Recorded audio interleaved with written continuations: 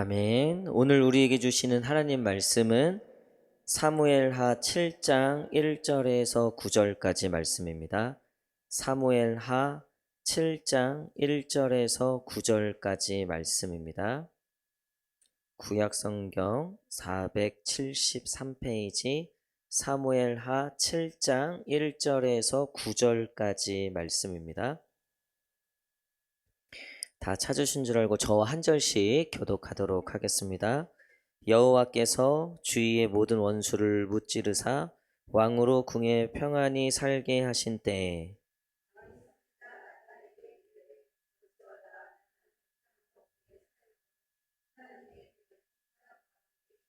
나단이 왕께 아뢰되 여호와께서 왕과 함께 계시니 마음에 있는 모든 것을 행하소서 하니라.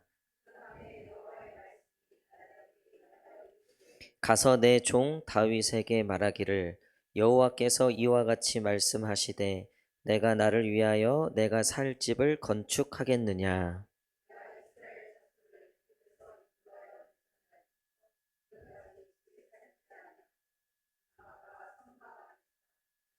이스라엘 자손과 더불어 다니는 모든 곳에서 내가 내 백성 이스라엘을 먹이라고 명령한 이스라엘 어느 지파들 가운데 하나에게 내가 말하기를 너희가 어찌하여 나를 위하여 백향목 집을 건축하지 아니하였느냐고 말하였느냐.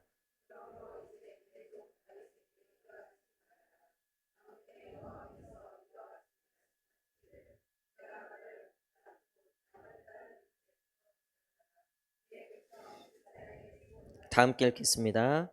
내가 가는 모든 곳에서 내가 너와 함께 있어 내 모든 원수를 내 앞에서 멸하였은즉 땅에서 위대한 자들의 이름같이 내 이름을 위대하게 만들어 주리라. 아멘. 할렐루야. 예, 우리 수요예배 오신 성도님들 주님의 이름으로 환영합니다. 우리 한번 마음에 손을 얹고 하나님께 한번 고백했으면 좋겠습니다. 주님 내게 은혜를 주옵소서, 복을 주옵소서. 시작. 주님 내게 은혜를 주옵소서, 복을 주옵소서. 우리 앞뒤 좌우 성도님과도 한번 인사하겠습니다. 우리 환한 미소로 하나님께서 복 주실 겁니다. 은혜 주실 겁니다. 시작. 하나님께서 복 주실 겁니다. 은혜 주실 겁니다. 아멘. 예, 오늘 누구를 위하여 살 것인가? 누구를 위하여 살 것인가? 라는 제목으로 같이 말씀 나누도록 하겠습니다. 다윗이 그렇게 소망하던 하나님의 이 언약궤가 다윗 성으로 돌아오게 되었습니다. 그게 우리가 어제 큐티 본문이었던 사무엘하 6장 마지막 부분의 이야기예요. 너무나 다윗은 기뻤고 그 여호와의 궤가 이제 여호와의 상징이었던 하나님의 임재의 상징이었던 그 여호와의 궤가 드디어 눈에 보이는 그 언약궤가 다윗 성으로 오게 된 거죠. 그러니까 다윗은 눈으로 보는 하나님을 보는 것처럼 너무나 기뻐했어요. 그래서 어떻게 했죠? 어제 춤을 추다가 이제 바지가 벗겨졌고 그것을 이제 사울의 딸이 미갈이 그걸 좀 흉보자 이제 다윗의 단호하게 그것을 오히려 역으로 더 꾸중하죠. 그리고 미갈이 자식을 못 갖는 그런 좀 일들을 겪게 되는 겁니다. 그게 6장까지의 일이에요. 그러니까 사무엘상 4장에서 뺏겼던 하나님의 언약궤가 돌고 돌고 돌아서 다윗 때에 그토록 하나님을 사랑하던 다윗을 통해서 언약궤가 회복이 된 거예요. 너무 기쁜 거죠. 비로소 다윗의 마음에 이런 마음이 생긴 거예요. 7장 1절 다 함께 읽겠습니다. 7장 1절 시작. 여호와께서 왕으로 궁에 평안히 살게 하신 때에 아멘. 이 다윗이 평생 처음 느껴보는 마음이에요. 편안히 살게 하실 때. 물론 다윗의 마음은 하나님으로 인하여 그가 광야에 있을 때든 원수에게 쫓길 때든 그래도 하나님이 그 마음에 평안과 기쁨, 감사를 주셨을 거예요.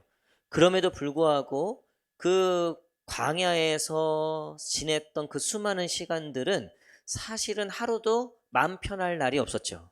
게다가 사울이 죽었다는 소식을 듣고 나서도 여전히 다윗을 공격하는 블레셋 그리고 11지파가 여전히 다윗에게 호의적이지 않은, 언제든지 다윗 역시 뒤에서 누군가의 칼에 의해서 뒤통수를 맞을 수 있는, 그러니까 사실 하루도 마음이 편할 날은 사실은 없었을 거예요.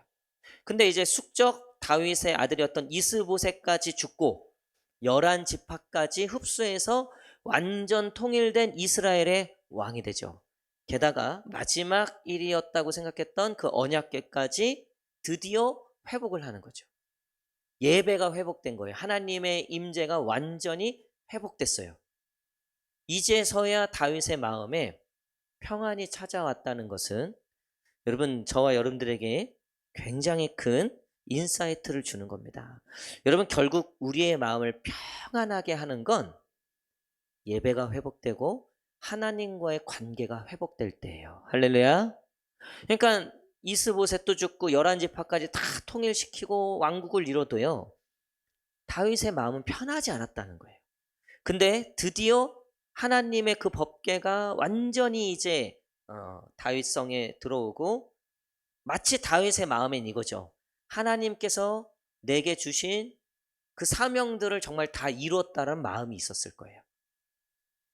그제서야 다윗의 마음이 평안해졌다는 거예요. 여러분, 우리의 삶의 목적이 어디에 있습니까?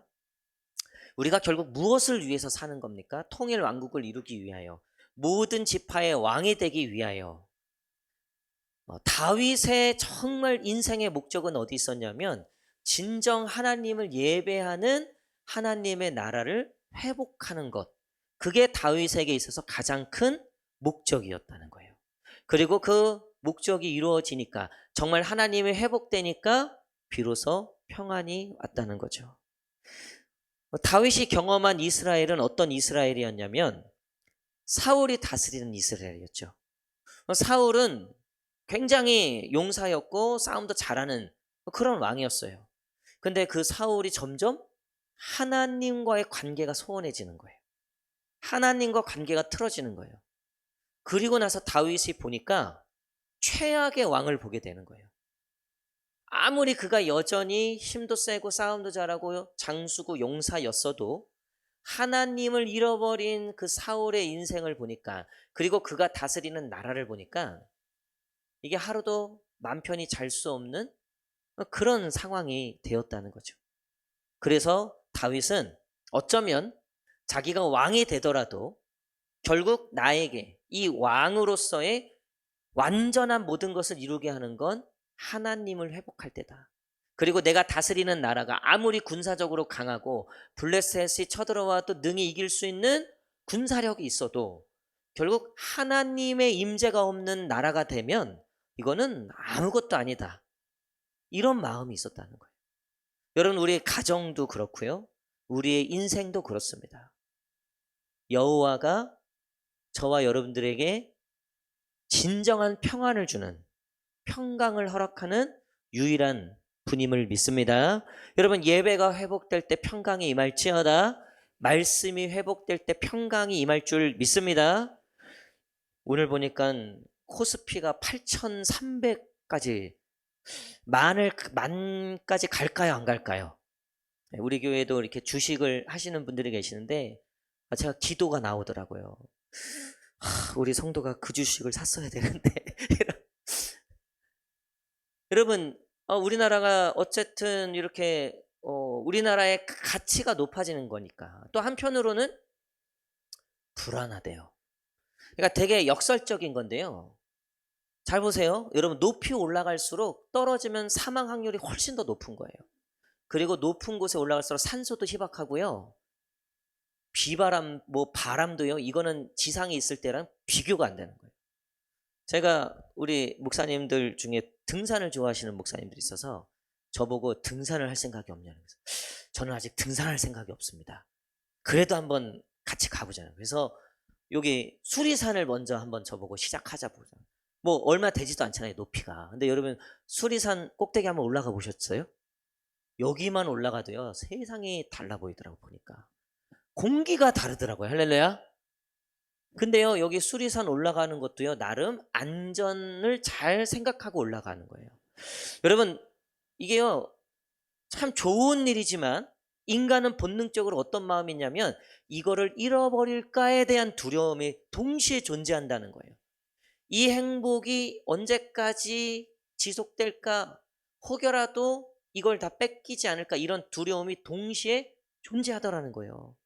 여러분, 지금 그 SK가 아시아에서 세 번째로 1조 달러 클럽에 가입하게 됐더라고요. 뉴스 보니까. 그 최태원 회장이 지금 아주 기쁘겠죠? 그쵸? 그 회장이? 근데요, 그 반대 북구로 두려움이 있다는 거예요. 이거를 또 언제 또 막 파란색이 뜰지, 어떻게 될지. 이게 빨간색, 파란색, 빨간색, 이게 왔다 갔다 하니까 이 두려움 때문에요, 이게 제정신으로 살 수가 없을 정도라는 거예요.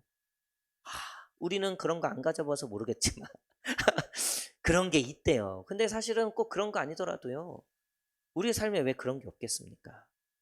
근데 다윗도 그랬다는 거예요. 왕이 됐긴 했지만 다윗도 한편으로는 이 사울이 망가지는 걸 봤기 때문에, 정말 그 비참한 인생을 봤기 때문에 마음속에 그런 왜 두려움이 없었겠습니까?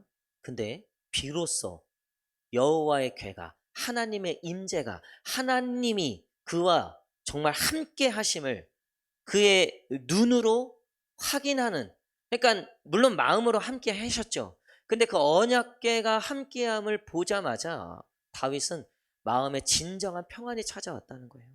그가 그동안 뭐 부인도 많고 자식도 잘 되고 뭐 집안도 잘 되고 얼마나 뭐 영광스러운 왕이 됐습니까? 그럼에도 한 번도 이 평안에 대해서 얘기한 본 적이 없는데 사무엘상 7장에 비로소 다윗이 평안했더라, 이 얘기가 나오는 거예요. 여러분, 이런 평화를 사모하는 저와 여러분 되시기를 간절히 축복합니다. 여러분, 이 평화는 누가 주신 겁니까? 여호와께서 주신 거예요. 그 여호와께서 다윗에게 허락하신 거예요. 근데 그거를 거꾸로 생각하면요, 다윗의 인생의 목적은요, 여호와셨기 때문에 주어진 평안이라는 거예요. 그의 목적이 하나님이었기 때문에 비로소 주어진 평안이라는 거죠. 우리의 목적이 어디에 있습니까? 우리는 누구를 위하여 살고 있고 무엇을 위하여 살고 있습니까? 거기에 진정 나의 평화가 있는가? 진정 거기에 나의 평강이 있는가?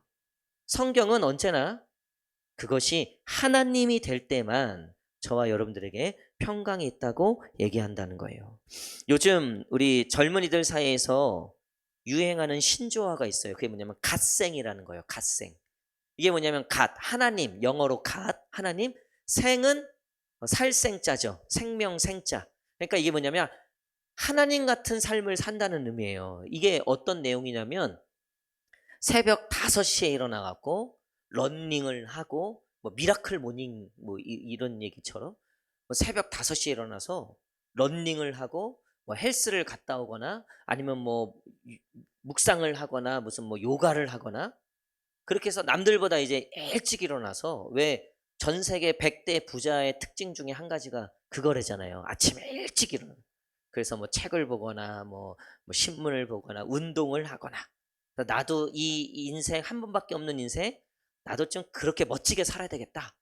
그래갖고 뭐 새벽 5시 일어나서 이제 운동하고 아침에 뭐 뉴스 보고 커피 한 잔, 또 모닝 커피 딱 하고, 그리고 이제 일찍 출근해갖고 또 열심히 일하고 또 퇴근해서는 그 뒤에도 절대로 시간을 낭비하지 않는다는 거예요. 뭐 영어 공부도 틈틈이 하고. 그래서 아주 알찬 인생을 사는 거죠. 그게 요즘 젊은이들 사이에서 유행이라는 거예요. 나는 아직 보진 못했어요. 그렇게 사는 인간을 보진 못했는데 어쨌든 그렇다는 거예요. 그래서 자기의 인생을 어디 하나 허투루 쓰지 않고자.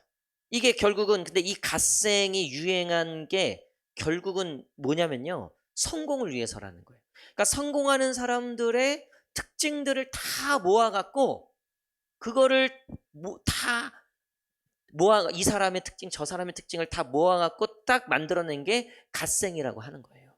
아마 여기 계신 분들 중에서 어쩌면 그런 얘기들을 듣고 또 그렇게 이제 살아보고자 하시는 분들이 있을 수는 있어요. 분명한 사실은 저는 아니에요. 저는 아니에요. 여러분 근데 그 갓생이라고 하는 그렇게 열심히 해서 주어지는 것들이 분명히 있어요. 분명히 있을 겁니다. 근데 성경은 열심을 얘기하고 있지 않아요. 물론 열심히 살라고 얘기는 하죠. 근데 그 열심을 내는 동력이 어디에 있는가? 그 열심이 진짜 열심히 되기 위해서는요. 우리의 인생의 방향이 더 중요하다는 거예요. 그러니까 아무리 열심히 살아도 방향이 틀려버리면 그 열심은 의미가 없어진다는 거죠.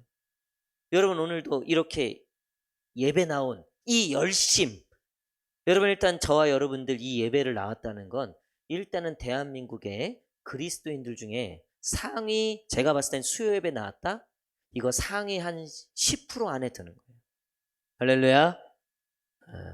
여러분 제가 깜짝 놀란 게 요번에 우리 노예 그 목사님들 모임을 하는데 우리 안양로에서 제일 큰 교회가 이제 안양제일교회, 또 평촌교회, 그리고 경기중앙교회. 그러니까 큰 우리 안양로에서 대형 교회라고 뭐 몇천 명 되는 교회. 여러분들 제가 깜짝 놀랐어요. 그 안양제일교회 같은 경우는 작년부가 한 3천, 지금 많이 좀 숫자가 좀 줄었긴 한데 한 3, 4천 명 된단 말이에요. 근데 수요 예배가 몇 명 나오는 줄 아세요?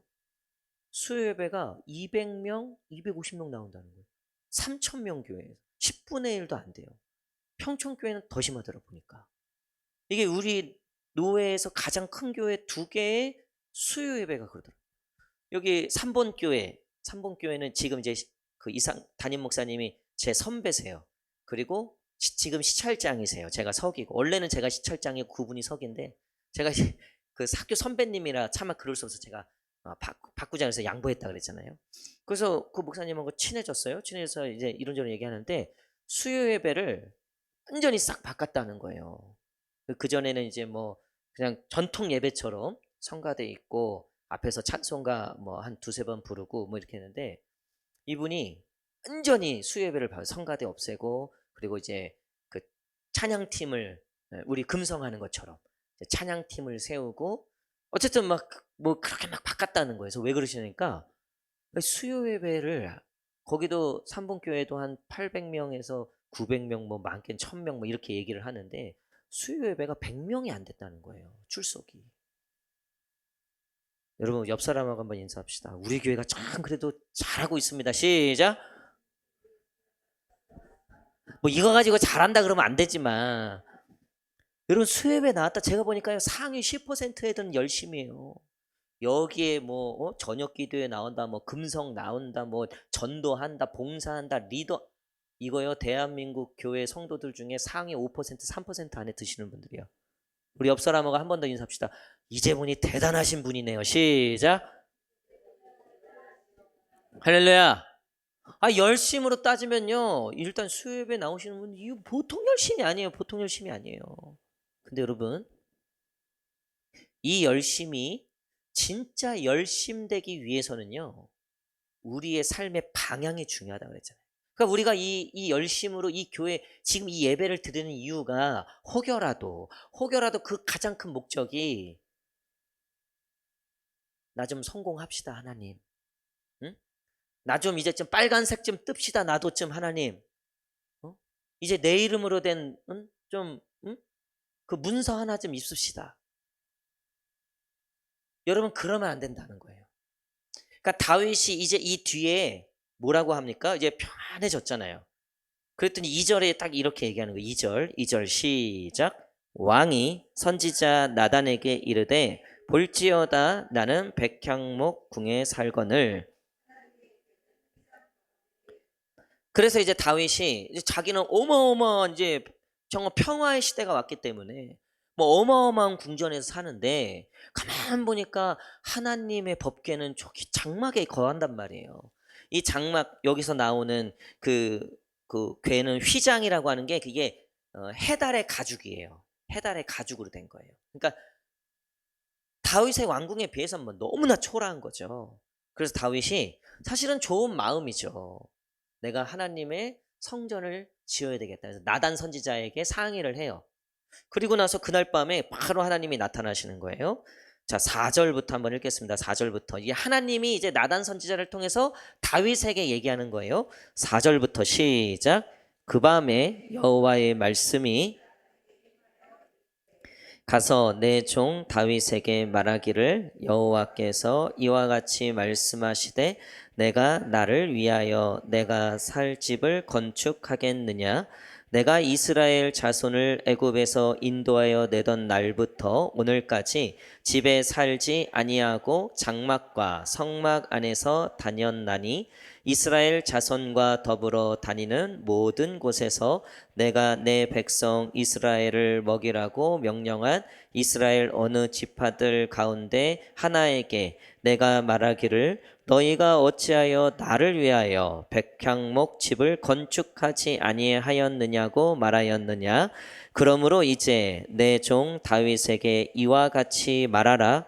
만군의 여호와께서 이와 같이 말씀하시기를 내가 너를 목장 곧 양을 따르는 데에서 데려다가 내 백성 이스라엘의 주권자로 삼고 내가 가는 모든 곳에서 내가 너와 함께 있어 내 모든 원수를 내 앞에서 멸하였은즉 땅에서 위대한 자들의 이름같이 내 이름을 위대하게 만들어 주리라. 아멘.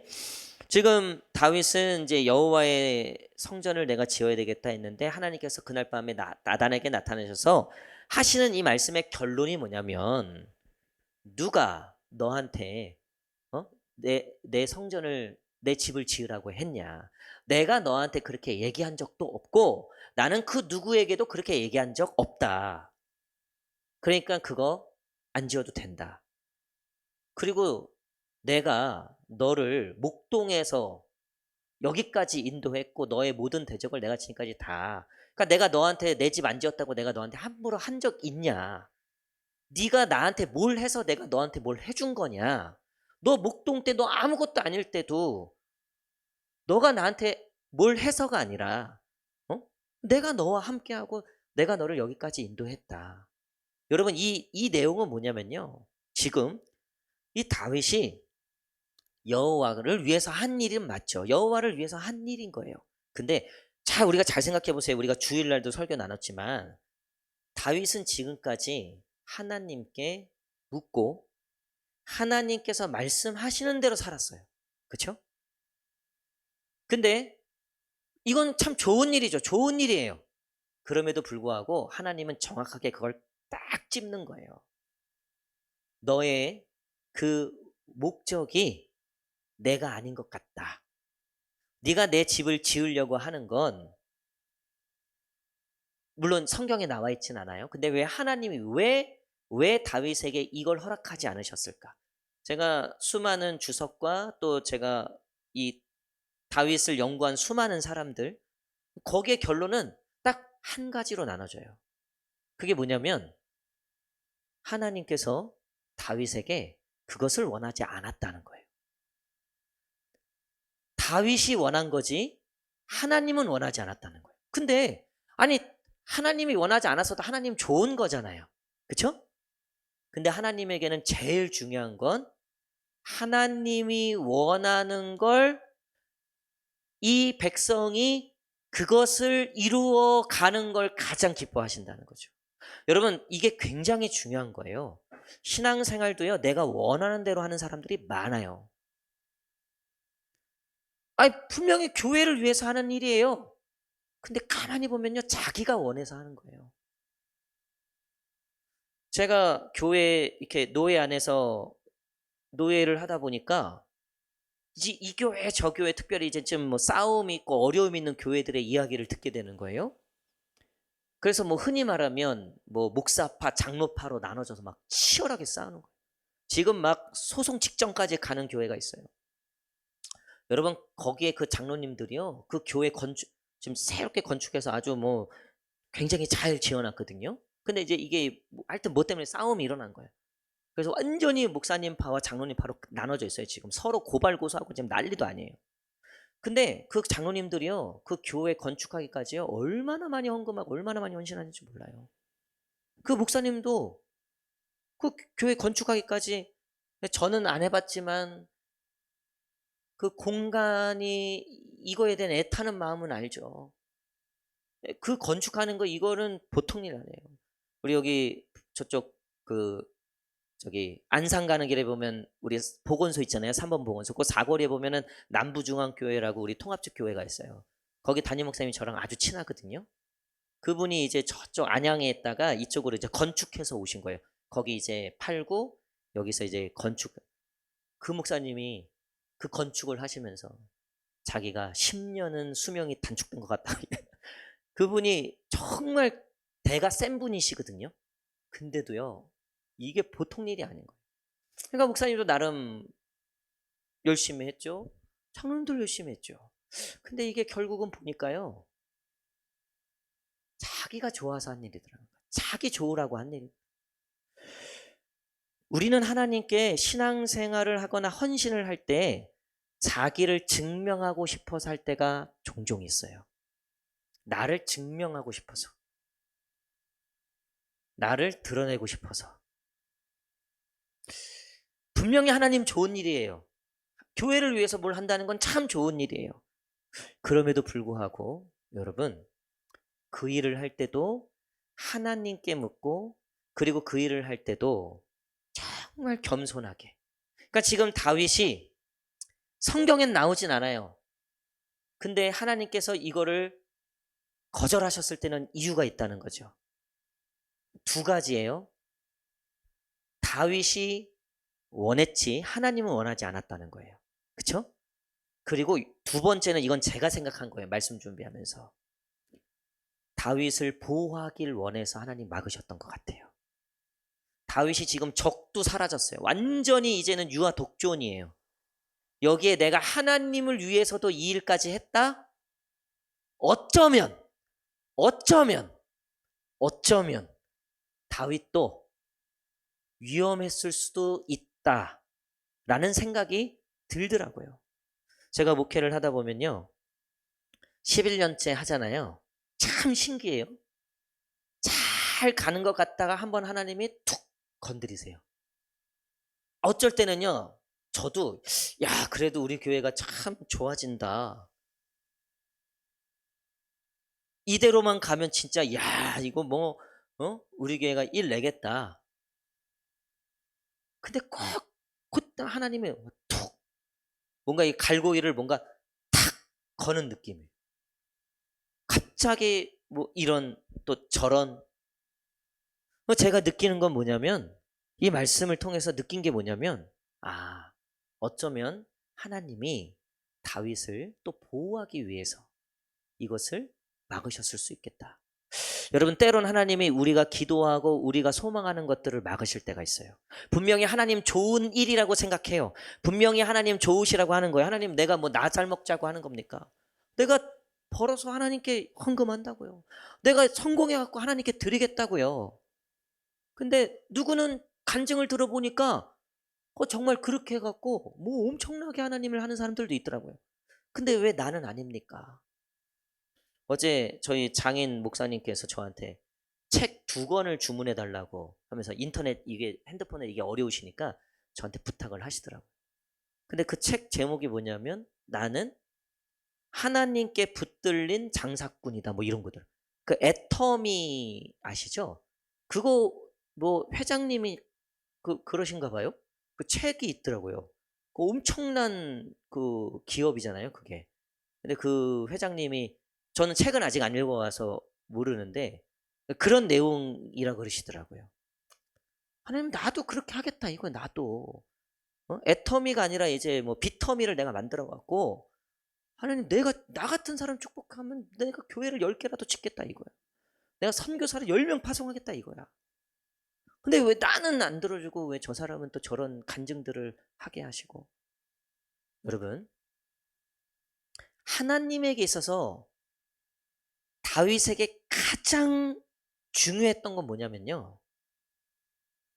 다윗이 목동 때부터 변함없이 그 하나님을 어떠한 상황과 형편 속에서도 오직 그 하나님만을 나의 복 삼고 내 인생은 내가 목숨을 잃더라도 나는 하나님밖에 없습니다. 그래서 그 하나님께 달려갔던 그 골리앗 앞에 섰던, 아무것도 없었던 목동 시절부터 왕이 될 때까지, 이 평화가 찾아오기까지 오로지 하나님, 그 하나님이 인생의 목적이었던, 그냥 그 마음을 계속해서 죽을 때까지 그 마음을 유지하는 게 하나님께서 다윗에게 바랬던 삶의 전부라는 거예요. 여러분, 우리가 성공해서 하나님의 살림이 조금이라도 나아지실까요? 안 나아지실까요? 제가 전에도 말씀드렸잖아요. 자, 헌금 중에 가장 어려운 헌금이 뭘까요? 아니, 헌금 중에 가장 쉬운 헌금이 뭘까요? 이거 전에 제가 말씀드렸죠. 어떤 헌금이 제일 쉬운 거라 그랬죠? 11조.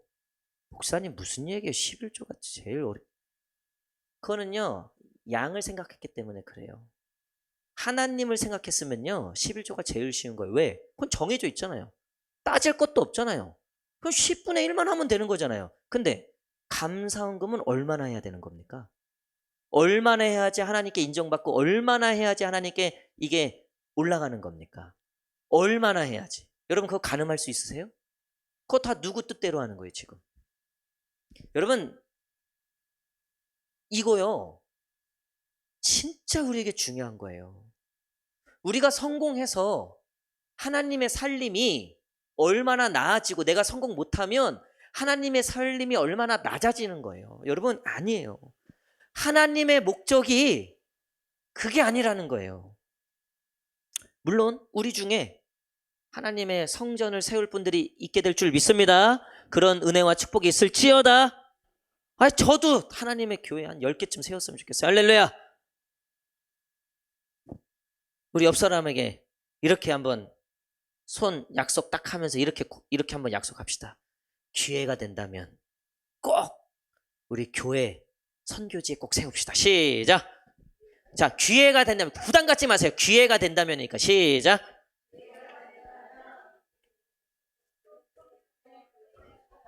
할렐루야. 그냥 그런 막 투자했던 것들에 막 빨간색 딱딱딱 쳐갖고 막 그런 일들이 있을지어다. 근데 여러분, 하나님이 그걸로 기뻐하시고, 야, 너는 요만큼밖에 못했냐? 아이고, 너는 파란불이다, 너는. 네 인생은 내가 모르겠다. 저는 그런 하나님이면 안 믿었을 것 같아요. 이미 나는 태생부터, 내가 나고 3살 아무것도 모를 때부터 집안 부도 나갔고, 저는 이미 인생이 그때부터 가난을 허덕이며 그 인생으로 정해져. 근데 하나님이 그거 가지고도 내 인생을 평가하고 그거 가지고 나를 결정하겠다? 그건 창세기부터 요한계시록까지 이거 다 거짓말이죠. 우리가 왜 하나님을 믿을 이유가 뭐가 있어요? 여러분, 하나님은 다윗의 마음은 알았을 거예요. 근데 다윗의 마음보다 하나님이 다윗을 더 많이 안 거예요. 혹여라도 여기까지 오면 다윗도 혹시라도 설마라도 우리의 삶에 이루지 못한 목적, 이루지 못한 꿈, 때로는 거절당했다고 느끼는 우리의 기도들, 내 인생에 왜 이렇게밖에 안 됐을까? 나는 언제 하나님께 영광을 한번 크게 올려드리나? 여러분, 정말 그런 갈급함이 있다면요, 오늘 이 예배에 목숨을 거시기를 축복합니다. 하나님께 찬양하고 기도하고 하나님의 말씀 가운데 정말 그 하나님을 사랑하고 마음을 다하여 힘을 다하여 목숨을 다하여 그 여호와 하나님만을 나의 유일한 목적입니다. 당신만 있으면 됩니다. 지금 하나님이 다윗에게 하는 얘기가 뭐예요? 야, 너 그거 나 없어도 돼. 난 그냥 너만 있으면 돼. 너가 나를 그렇게 사랑했던 그 마음만 있으면 돼. 내가 사울한테도 배신당하고, 너 알지 않냐? 내가 창세기부터 지금까지 얼마나 많은 아픔이 있었는지. 이 백성들이 그냥 조금만 잘 되면, 그냥 조금만 하면 왜 이렇게 진짜 내 마음을 아프게 했는지. 내 마음에 합한 놈을 놈이라 그러면 내 마음에 합한 자를 내가 오랜만에 만났는데 하나님이 얼마나 이 다윗을 가꾸고 아끼신 지가 사실은 이 거절의 장면에서 저는 나왔다고 봐요. 왜냐하면 그 증거가 있어요. 자, 보세요. 9절 우리 다시 한번 읽을게요. 마치 하나님이 뭔가 너 이거 아니야? 정말 하나님께 그 마음이 틀렸다면 사울처럼 너 끝이야. 근데 자, 9절만 일단 읽어보겠습니다. 9절 시작.